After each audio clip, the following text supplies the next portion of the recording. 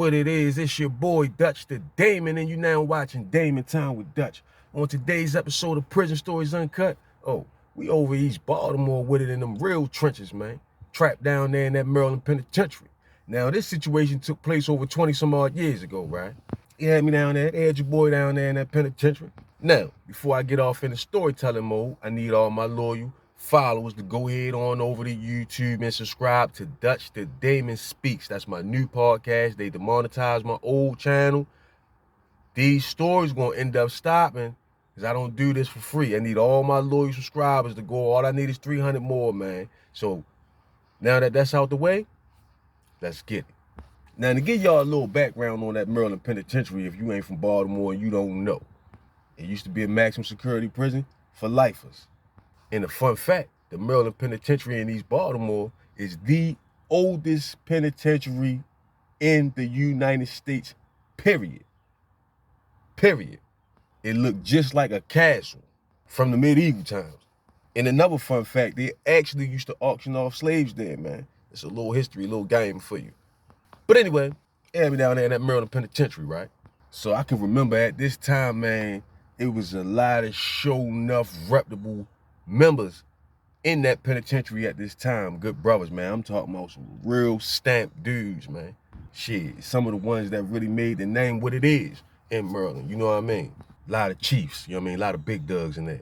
So if you know anything about the good brothers, when it's like that, when you got a lot of big brothers that's of stature on the location at one time, it be a lot of structure.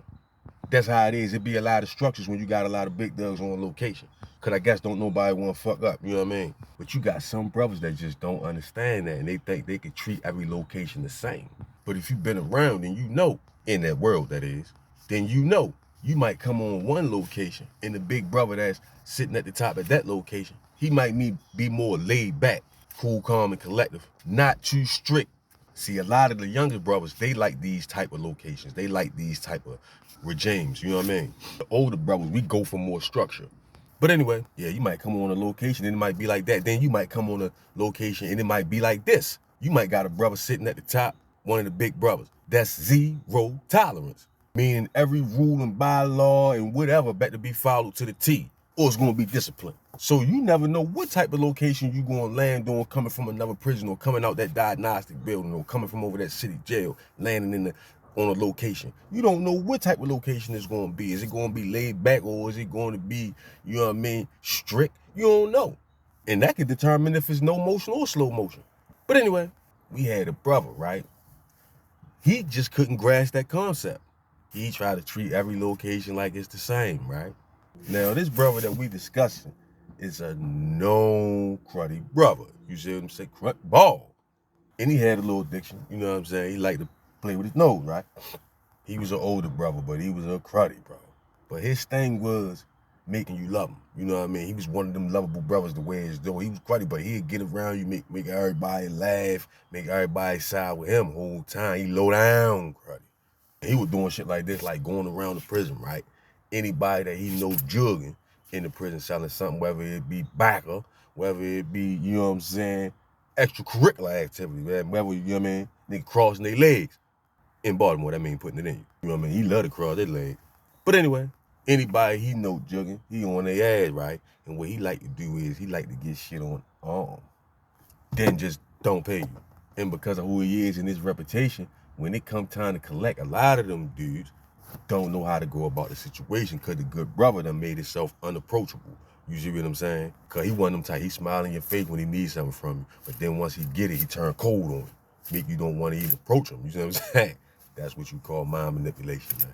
So what'll happen, dudes will be coming to us, keep coming to us. Man, Slim won't pay me, you know what I mean? I don't know what to do, because, you know what I mean? I know your brother, you know what I'm saying? I don't want no problems, but I need my money, and, you know, man, can you help me out? Talk to the brother, blah, blah, blah, right? No bullshit, man. We was in this prison. We was in this penitentiary together probably like 7 months. And out them 7 months, about 18 people done came to me about this man debts. So the big brother started getting tired of that shit, man. You using and abusing your authority. You see what I'm saying? Not paying your bills. And that's one thing we don't allow. That's a no-no. Because you got to keep your business clear. Because one thing for sure, two things for certain, we're not going to be paying your bills. We're not going to be paying your debts. So like I say, the big brothers got tired of that shit, right? He keep wanting to go off, or he the cool guy to make everybody laugh and all that. Whole time the brother's getting tired of laughing, you know? So the big brother come to me like, boy, look, Dutch, man, need you go ahead on and take care of something. I want you to holler at the good brother, let the good brother know he got 48 hours to pay every debt he got on this compound. And I mean every last debt he got on this compound. And if every person not paid off within that 48 hours, you go ahead on and get it done. So I'm like, damn. But I ain't gonna lie, I was kind of excited at the same time. I was tired of the brother shit, right? So I couldn't wait for big yard open. Big yard open, we get out there in that big yard, right? I pull him up. We'll walk around the yard with me real fast. We get to spin in the bend. We get to walk around the yard, right? While we walking and talking, I basically went on here and explained to him, man, listen, man, this ain't coming from me. This coming from upstairs. This coming from up top. You feel me? That come from the big chief. They say, man, you got to pay off all your debts in 48 hours, man. The brothers don't want to hear no excuses, no stories. Just go ahead on and take care of that. So he looking at me, he like, that you for real? Yeah. Man, like, I don't know what the fuck I'm gonna do, yo. Whole time, I'm looking at him like, that shit to yourself. So let me tell you how clever this brother is. He go off into the corner of the yard, sit on the bench, and I can see him, he's sitting there thinking, right? His brain working. He was looking sad, looking real sad. Think I even heard a violin playing in the background. But this man was clever. He dips off, slides off, and walk out the yard, go back in the building, right? And in the back of my mind, I'm thinking like, I know this brother not gonna go ahead and check in, right? I know he ain't gonna get out of there, because he is a good brother, you feel? I know he ain't scared, right? But he do got a deadline. But this is what I'm thinking. But he got 48 hours, so like I said, he dip off. I don't see him no more all that day, right? So he slept on a different tier than me anyway. So once the yard closed, I wasn't gonna see him no more anyway. But like I said, I ain't seeing him no more all that day, right? So I go back on my tier. We getting ready for the officers to take their count, you feel me? The penitentiary, we wasn't on the blocks, we was in the dorms. So in the penitentiary, it's just bunks. You see what I'm saying? Ain't no cells, it's just bunks, open dorm. So I'm sitting on my bunk. I put my headphones on top of my head, go on my mail, and I whip out the tobacco I had stuffed down in there, get the rolling me a roll right, you feel me? Throw my slippers on, made a little cup of iced tea, had the nose bumping in my ears. I think it was like Illmatic. Chill mode was definitely turned on. So as I get deep off into my chill mode, relaxing, one of the white boy working man, come over to my bunk. He had a mop in his hand. He was like, you Dutch? I'm looking at him like, fuck is you? He was like, no, I got something for Dutch. Is you Dutch? I'm like, yeah, I'm Dutch. This man go on this dip, hands me a kite, right? So he like, hold up, that ain't it. He get to reaching deeper down in his dip and whip out a whole bundle wrapped up in like saran wrap, right? And he handed it to me, so I'm like, oh, the fuck, he passed me shit like a football, right? It was wrapped up in a shape like a damn football. That's how big it was, right? I take the shit, tuck it under my shirt, and I'm like, all right, I got it. I walk off and go in the shower. I go to the shower, right? Go back there, pull the curtain across. Boom. Bust it open. Bust it out the wrapper. And some nosy-ass good brothers was watching me, too. They seen me go in the back. They know I had something, but they ain't had the balls to follow me back there. But they was watching me. Everything you can think of is in this wrap when I unwrap this shit. All type of contraband in that motherfucker. I'm talking about phone, bag of G-Rags, all kind of shit is in here. Now I'm puzzled, like, what the fuck? Fuck, this nigga sent me all this shit for? So I get to reading the kite, right?